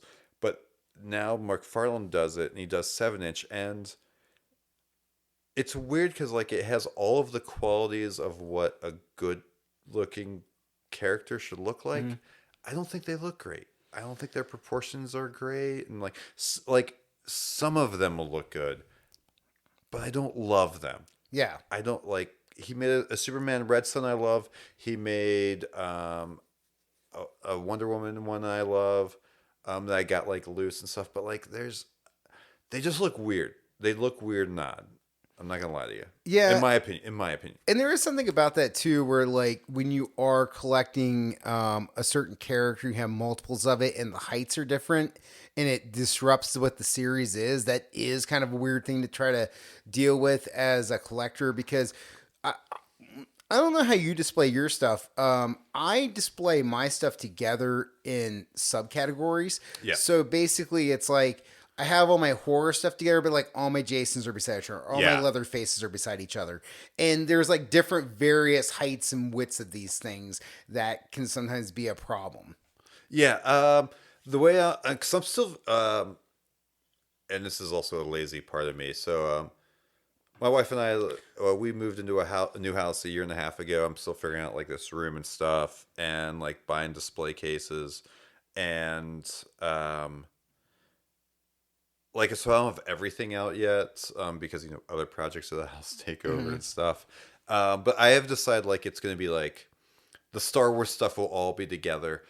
And I do have like some multiples of some things, or like the superhero characters and stuff. But like I will have like the Justice League together, which will have one. That makes sense. But then like I also have like the Alex Ross Justice series that like is all based on his federalism stuff. That will all be by itself. Yeah. But then like I do have like a Batman group, and I do have like a Green Lantern group or a Superman group, and I think like right now on my shelves, like I have the Batman and Green Lantern stuff together. That'll probably change at some point and stuff. I have like the X-Men together, and I have some Avengers together, but I have like multiples of the Avengers. Like I'm like, do I put like all the Cap theme stuff like off to its side? But like that probably is not enough for one shelf, so I might like put like the Black Panther stuff with that, and like, so deciding where I want to put those things and everything is I still haven't figured that out. It's a hard thing to do. It's hard to figure out like where stuff fits in a space and how it's displayed, and how to give like that difference between like giving something its own space versus it's part of a bigger collection. And like all of that Spider-Man stuff will all go together. I'm deciding, do I want them in the cases, or do I want them like outside of the cases, like kind of like hanging from fishing wire and stuff like that? So still trying to figure that out. And also like do my own biases like take into account like some of my favorite figures, but then also like are all the white dudes front and center and stuff like that, and like making sure like that's not happening and everything. Your DEI in your collection. I'm totally. You're making sure that all your toys have a voice. Well, it's also it is one of those things. Like if you think about like, I mean, when we grew up, like all the heroes were white dudes, and like if it's like, oh, if I just put the Avengers line up, it's gonna be all white dudes and one token Black Widow or something, and just like just being aware of it, and then but then also like some of the figures like I got like the Chadwick Boseman, like Black Panther before they started putting all the purple stuff on. Like that figure where it's just like that costume is fucking beautiful, and that figure is beautiful, and it's like did I grow up with Black Panther and stuff? Because like that wasn't the thing. like the biases are built into the system and stuff like that. But that figure probably good front and center with like Captain Marvel and a few others because I think they look fucking great. I'm also gonna put my Rey right next to my Luke because they're the hero's journeys and stuff like that. Like and just to kind of become aware of it, just to be slightly aware that like what are the numbers and stuff like that. I'm not saying it is balanced. I'm not saying it is equal. I'm trying though.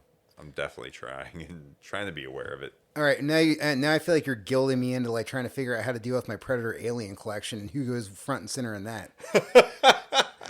Well, I'm sure you've run into this. Like, if when you're buying the things that you like in these lines, you do see the systemic bias and unconscious bias, just because like if you're like, oh well, what are your most popular characters for Marvel and stuff? Like, it's gonna be Thor, it's gonna be Iron Man, it's gonna be Captain America, it's gonna be Spider Man, it's gonna be the things that have existed forever. Right. And it's like, oh yeah, because it was all stuff made during the 30s, 40s, 50s, up to the 60s, where it's all just white dudes. Right, and you are definitely seeing a change in that now, like the modern era stuff, where like what's coming out in terms of like new films, new series, and all that. I have a Miss Marvel that's based from the comic, not from the series, but like it's a great fucking figure, and it's a great looking figure. And like there's a few other things like just and it is just one, but it's one of those things like you do have to like consciously think about it, like of like, oh wait, where am I with this, and what am I collecting, what am I putting in, like which Luke Cage do I actually get that I like and stuff like that. Like I have a Luke Cage that's from the Marvel Select line, so it's like the classic '70s Luke Cage of like the yellow shirt, like, with the chain, big fucking gauntlet. But like it's a great looking figure and stuff, and it's like, do I put him with like my street level figures? Do I put him with like my Avengers guy? Like where do I put him in the series and stuff like that? I think it depends on like how much you're into the character. I mean, that's also a thing for me. Like what gets displayed where is like how much I'm into this thing, and you know, like what do I center focus on? And yeah, I think another thing to ask about in that when you're like trying to figure out where to display stuff in a collection, especially when you're talking toys, statues, action figures, what's your largest piece, and where does that exist in a collection? And also like. Yeah, when you're putting it on a shelf, like what reads better and stuff like that. Because I've got the Hydra Stomper, which came from like the What If series. It is a great looking figure. It's amazing. It's also I think 9 to 10 inches tall. Like you can't put that front and center. Like it has to sit. Yeah, it's got to be in the back. It's got to be in the back. I have a Colossus that's very much the same. I have a Doctor Strange that's from that Marvel Select, like back from like 2005-ish, 2006. And like its cape is huge. It's amazing looking. It needs to go in the back. Yeah. It can't sit in the front. And then there's some that come with stands and stuff. Like I have a Namor with like a wave and stuff like that. Like, but it's great. It's like, oh, cool. Well, like I can put him in the back, but I can still see him because he's going to be above everybody and stuff. Yeah, I got a few of those big dudes that like stick out. Like I think Sideshow put it out. They put out like Frankenstein, like pretty much for every different Frankenstein actor, there was a Frankenstein they made for him. And I had like awesome. I had like 5 or 6 of those. Yeah, I got a Texas Chainsaw Massacre, Leatherface the same way in the series. And then I also picked up like a Jerry Only that they made. Oh yeah.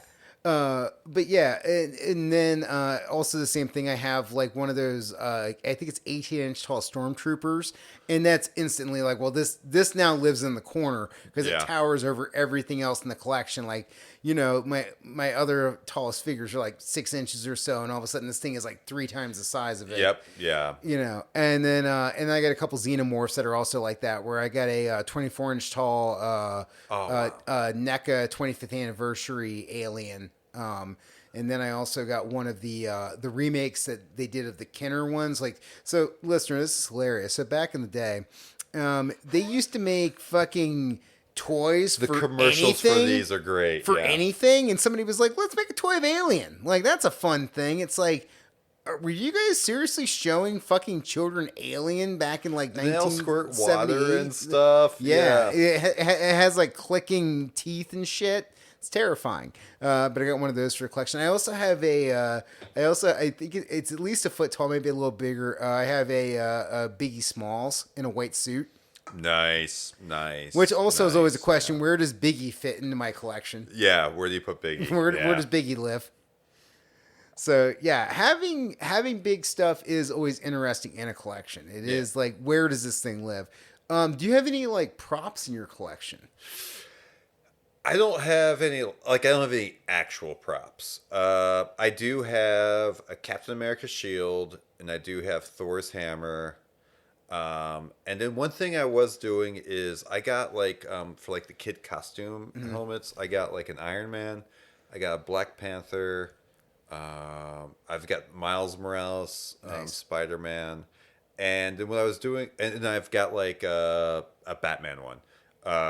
What I did was like I would put them on a wall and I'd put like a light behind them and stuff like that. So those are like the closest things to props I have. Yeah, I don't have any like. Oh, and I do have a sonic screwdriver. And I think at some point I'll probably have a Harry Potter wand. That makes sense. Yeah. Yeah. And then I do have a few lightsaber hilts, but like not like replica lightsaber hilts. I have like the like toy lightsaber hilts and stuff like that. I got a replica lightsaber as a gift one time that's back on the bar. Yeah, Count Drogo's. Count Dooku. Yeah, Dooku. Yeah. I mean, it's a great looking hilt. It is beautiful. It's so weird. It's like a weird revolver hilt. Yeah, because it's got the curve to it. Yeah, it's got and the stuff. curve to Yeah. it, which I guess his whole thing was he was originally into fencing. Yep. And so he asked for his lightsaber to kind of be a weird like fencing lightsaber. Yeah. So it's like the only one of them. Yeah, it's one of the only curved ones. Ahsoka's her two like have a slight curve, not to the To that level extent. of that. Yeah. I would like to get more prop stuff in the collection, I think. Like I do find that interesting. I get excited. Recently, back in February, my wife and I went out to Las Vegas. I was speaking at a conference, and while we were out there, we like ended up going to Fremont Street, and I'd never been to Fremont Street before.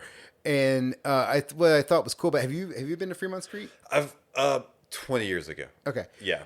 So now the way it's set up, which is kind of weird, is like the street is there, and it's kind of set up the same way that, I would say that's like the Las Vegas version of like Bourbon Street. Yeah. Where it's like, it's a straight line, you walk down it, you can gamble or you can get booze on every side of you. And then. And they even closed it. Yeah. It's got like a roof over it now with like cool graphics that shoot it, but like everything's got loud music going on. There's street, like all this shit. But it's also weird because it's kind of like a mall at the same time. Yeah. And so you can go like down like different hallways and you can go in different spots. So we did that. And one of the places we ended up at was this like sci-fi store / museum where you could pay to go in and take the tour, and they had all these like original costumes from different sci-fi and horror movies, and they had puppets cool. and shit. Yeah. And they had a full-size fucking alien queen from Aliens there. They had a couple predators. They had different aliens from like Alien and Alien 3 and all this shit. And yeah, man, like it's cool to see that stuff in person. It's cool to see it in real life. And like that's kind of stuff I'm like, oh, I wish I had one of these for my studio. Like I wish I had something I could put in my collection. The museum center here, when they did the like costume Star Wars show, and That was awesome. And like getting to see like full-size stormtroopers. Yeah, that the Jedi stuff, the Darth Maul stuff, but like the Queen Amidala stuff, like seeing her costumes, So intricate. it's crazy how well they're made. And, Yeah. and then yeah, seeing like the holsters and stuff. I do realize like I did buy like a toy like Han Solo blaster that like it is the orange and blue one that I'm like, all right, I'm gonna weather that and paint it and like make it look like his regular blaster and stuff. And then I have a 3D printer, and I think my long game goal is to make a pulse rifle Nice. with it. Yeah. Hell yeah, dude. Like the pulse rifle is like one of my favorite sci-fi weapons. Like it just looks so fucking cool. And the fact that the way it shoots, and the fact that it's got a grenade launcher in it and the counter, like it's one of my favorites. The counter is by far one of the coolest things for a sci-fi gun, where like it tells you literally how many bullets you have left in this thing. Yeah. And like, man, when God, Aliens, which I know is one of your favorites and my favorites too. Yes.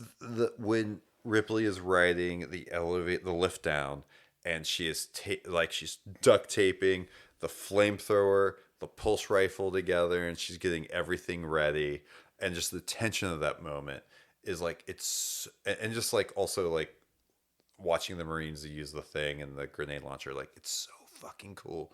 Like that's the thing is like whenever they made the Alien versus Predator movies and they threw humans in, it's like, well, remember from the comic book, it's like I want to see the Colonial Marines actually do something cool once Yeah.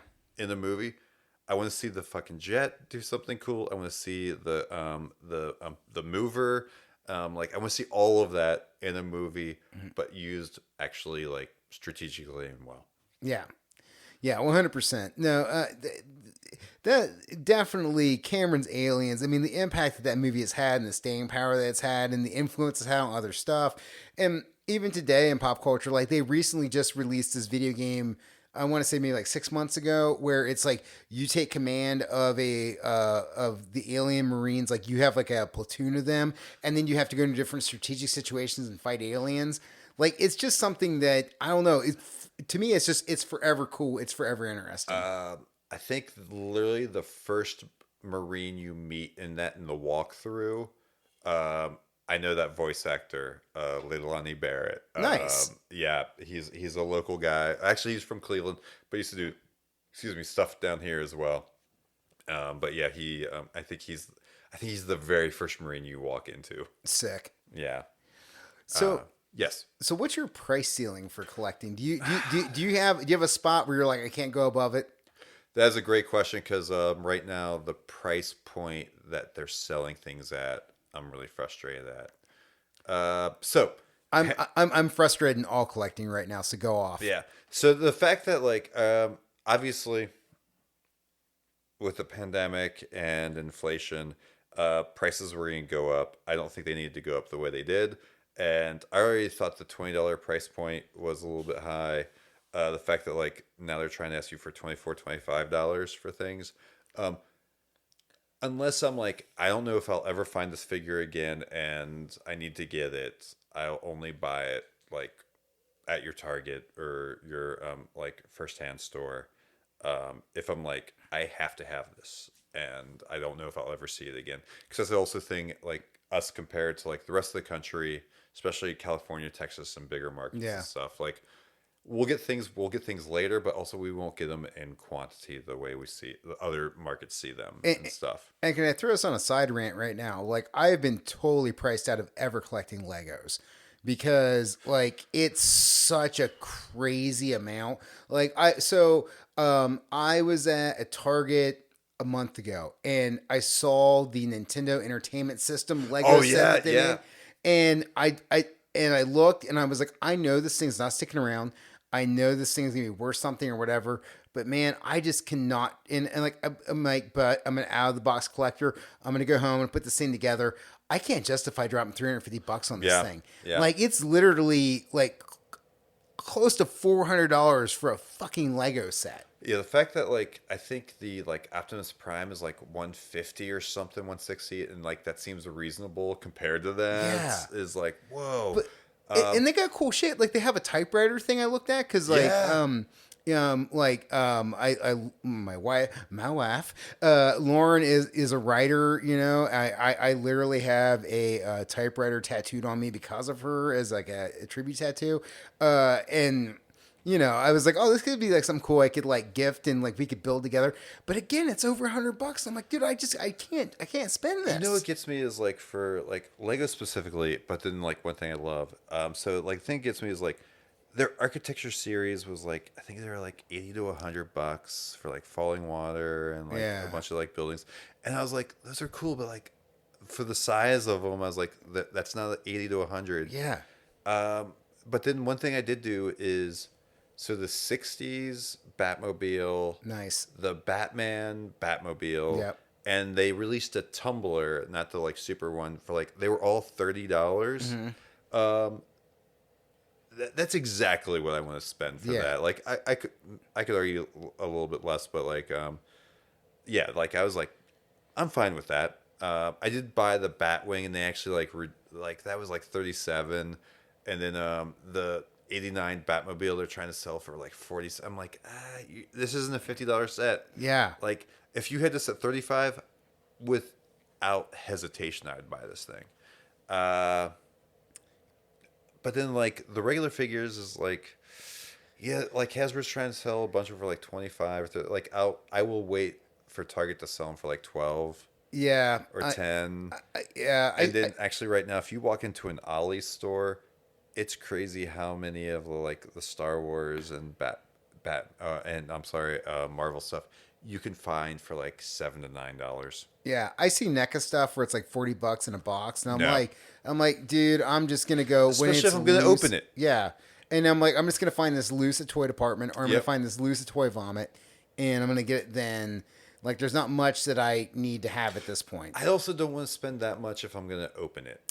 Yeah, Because like the 3.5-inch figures they're doing now for the vintage stuff for Star Wars Black Series, it's like $12. Whereas I remember like the re-release of like the GI Joe stuff was like $6 to $7. I was like, yeah, I'll spend $7 for that, without even thinking about it. Yeah.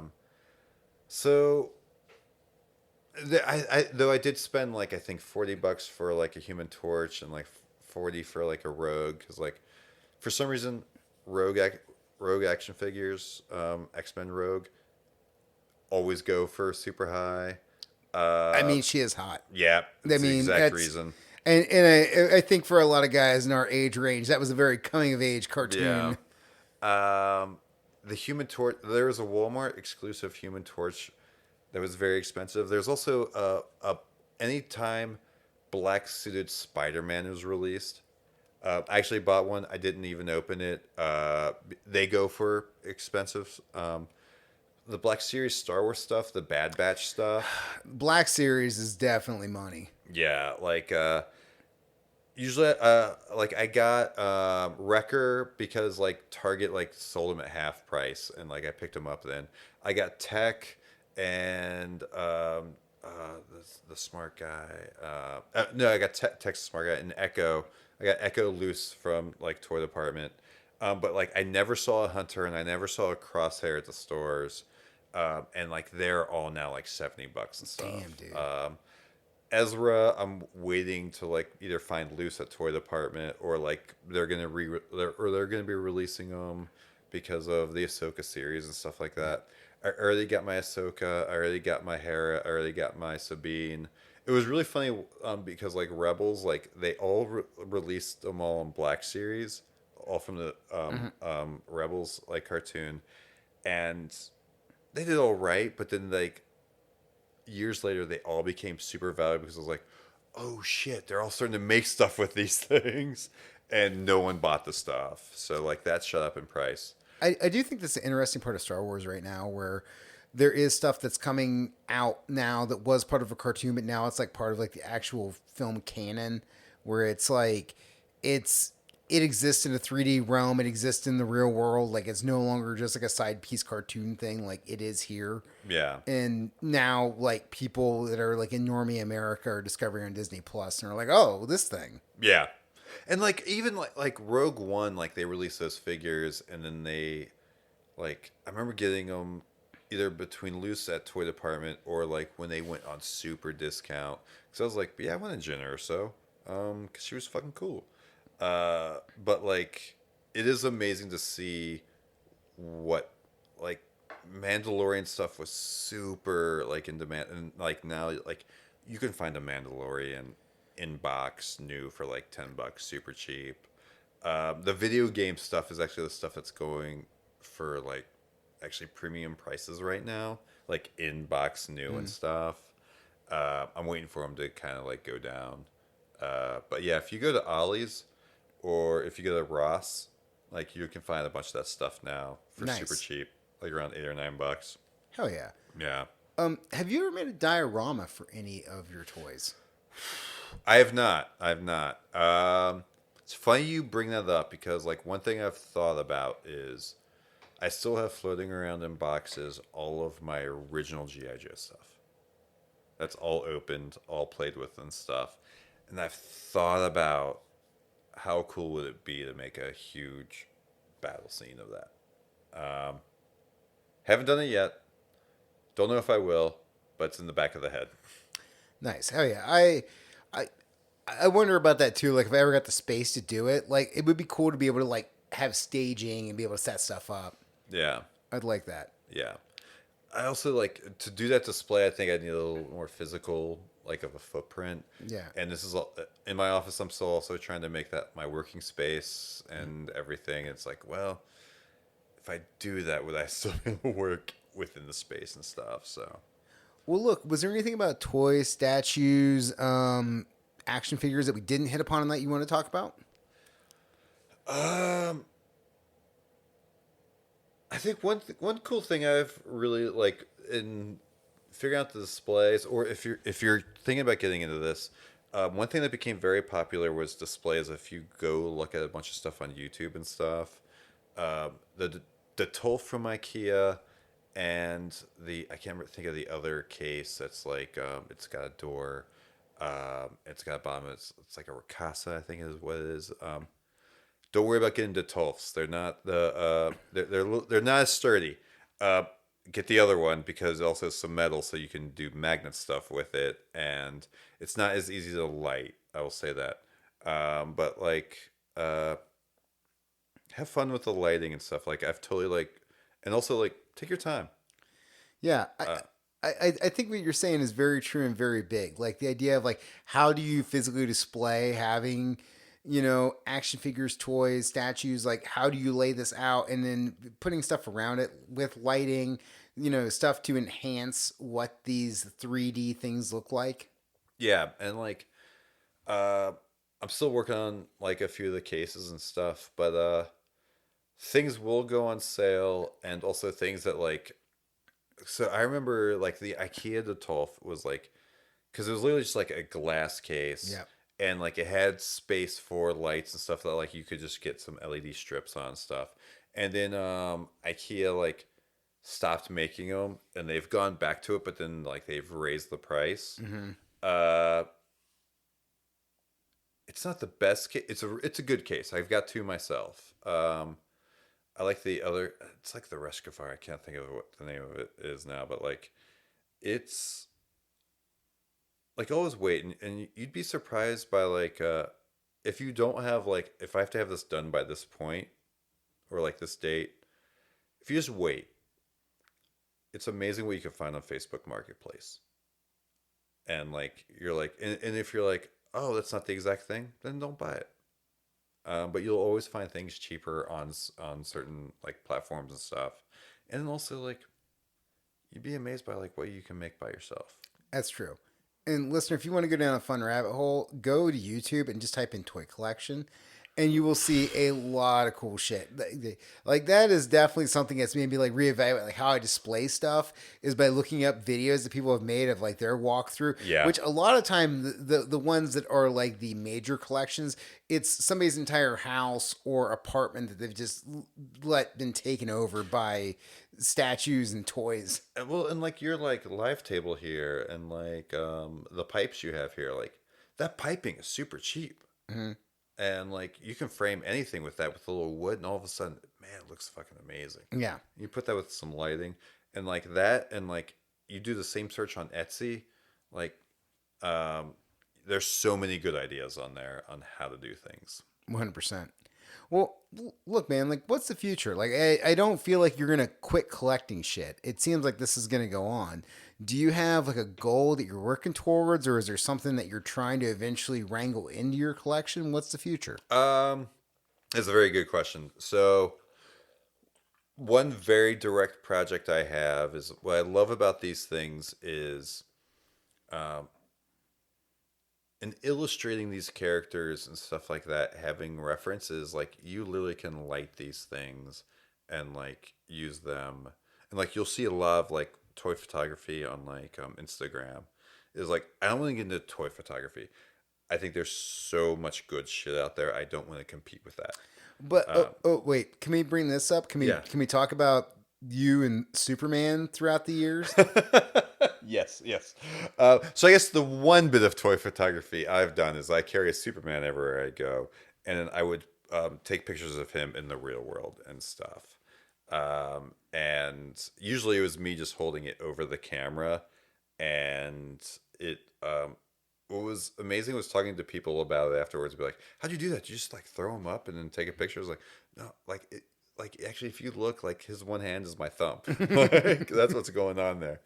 So that was my part of toy photography, and actually, there's another local artist like Gears of Change that does like toy photography within like Cincinnati. That like he was amazing as well.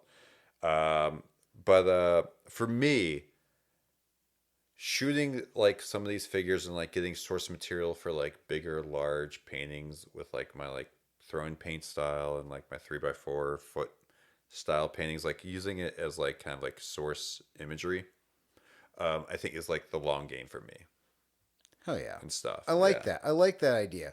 I that was when I took my first year photography class at Ohio University my freshman year.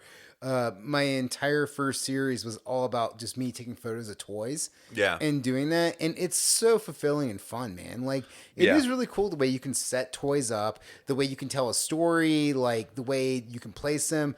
What was the fucking documentaries about the guy that did like the World War II things? Oh, I know exactly. Yes, I know exactly. Oh God. Marion Yeah, Marimore, something. Yeah. Macklemore. Yeah. Literally, that Carell movie was about it as well. Yep. Hold on. Do me a favor. Play this out for me as I Google as I play Yeah. Young Jamie. Well, one thing that actually what you just brought up there is like one project I've also had is like taking like portrait pictures of all of my old toys from like growing up and stuff, and like doing that before like letting them go, like before donating them and stuff or giving them away, because like my like I have two nephews now through marriage. That's like, oh, like they actually might like a bunch of the toys I grew up with and stuff. And Marrin Call. It was Steve Carell did the movie Welcome to Marwin. yes, thank you. Yeah, that's what it was. Yeah. There we go. There it is. There it is.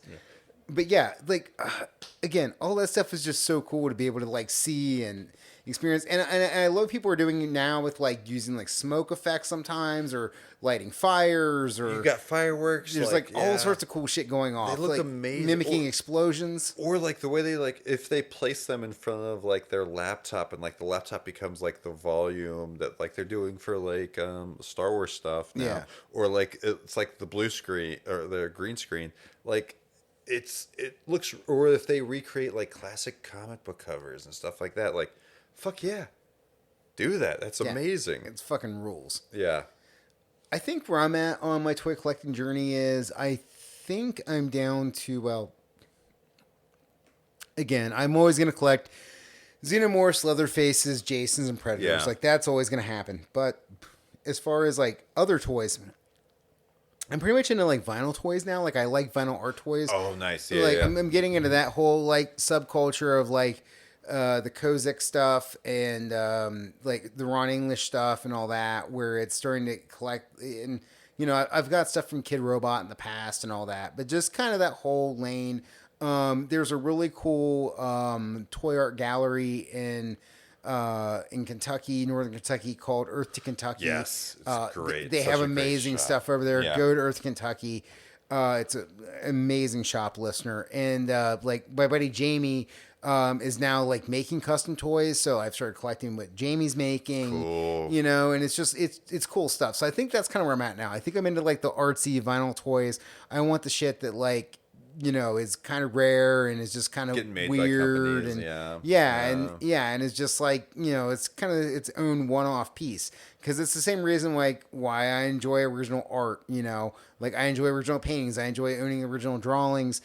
It would also make sense that I enjoy owning original 3D things. Yeah. So yeah, hell yeah.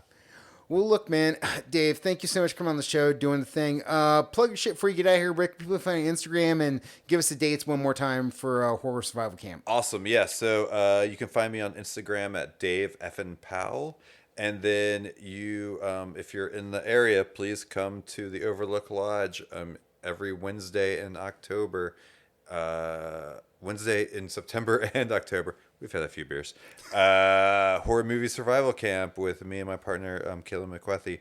It's fucking great. It's super fun. It is a super fun way to spend a night watching horror movies and stuff like that. And then also, please listen to Have Monster Will Travel. Hell yeah, dude. Listener, find me at Neil to Know on Instagram, and thank you for listening to the podcast. Hey, you got a friend that collects toys, statues, or, you know, any kind of like weird 3D thing that they put up on shelves, share the episode with them. And by the way, like, there's over 100 episodes of different hobbies and collections and fandoms. There's a little something for everybody. Every episode is evergreen, so you don't got to worry about like, oh, is this old? Is it out of date? No. All these things you can listen to whenever. Honestly, algorithms suck. If you can text share, it's way easier and it helps the podcast spread way farther. Dave, man, thank you for coming on the show. Really you so much for appreciate it. having me. And listener, thanks for listening. Peace.